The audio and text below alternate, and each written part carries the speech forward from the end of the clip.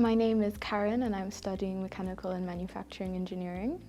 I chose this program because it uses a work-based learning approach. Our lecturers were previous industry personnel and they give us great insight into what's really important in the industry. We also have guest lecturers that come in and give us more information and guidance about particular industries.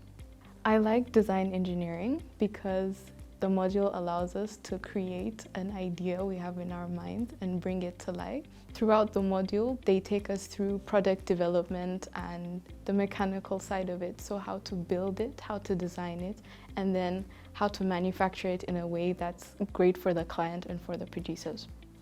I find it interesting how they include immersive technologies like AR and VR into most of our modules. I chose MTU because it embraces forward technologies.